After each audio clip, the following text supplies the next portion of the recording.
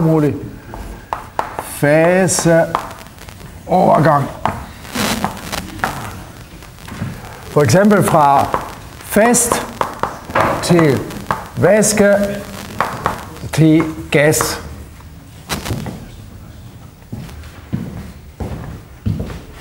Ikke fra fasten til dagen efter, men fra faststof til væske til gas.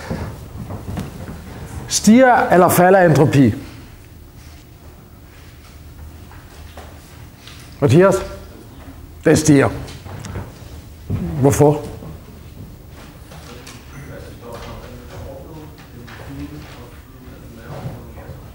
Rigtigt. Den stiger. Godt. Nu skal jeg også beregne den. Delta S TRS transition betyder det lille TRS. Overgang, faseovergang, transition.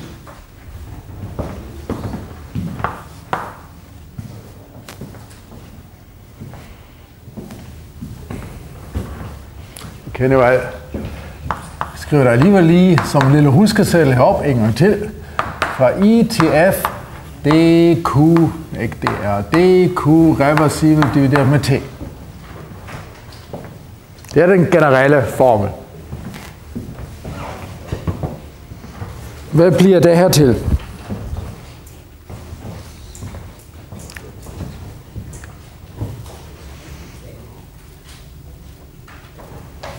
Hvis vi har en faseovergang, en isterning bliver til vand. Christian? Ja, temperaturen er jo konstant med en faseovergang. Og hvad for en temperatur er det så? Det er temperaturen. August? Rigtigt.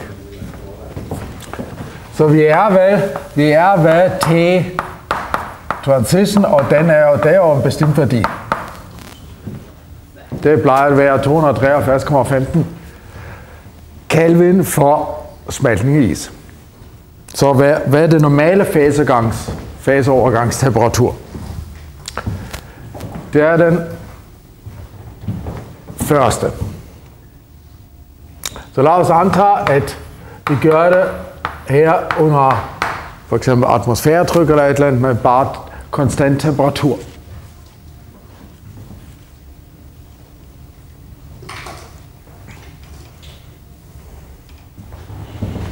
Altså hvis temperatur er konstant, så kan jeg i hvert fald tage temperaturen i ud.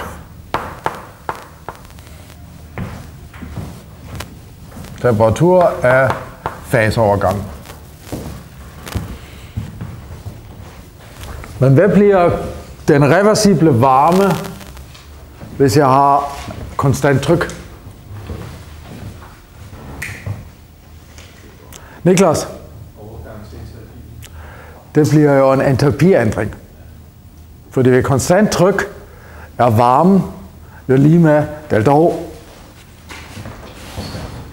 Så det bliver til delta og så transition H. Så den er jo meget simpel. Hvis man nu havde det system med en konstant volumen,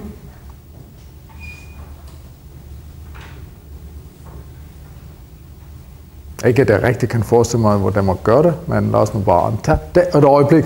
Hvad bliver det så til?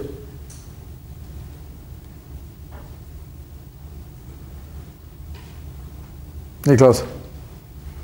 Hvad tror du? Ved konstant tryk var det delta H. Hvad er det så ved konstant volumen?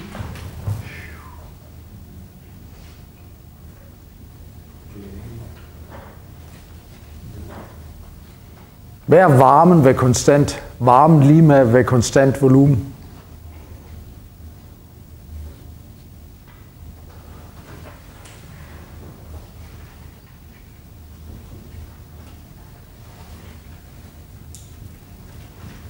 Stig, du har ikke sagt så meget i dag.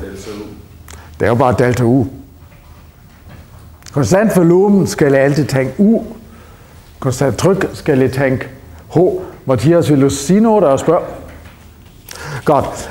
Hvis I tilfældigvis har downloadet, kigget på mine noter fra i går, som jeg stadigvæk dævet sig ind i.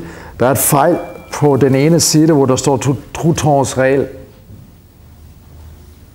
Der står nemlig delta S, M, standard transition.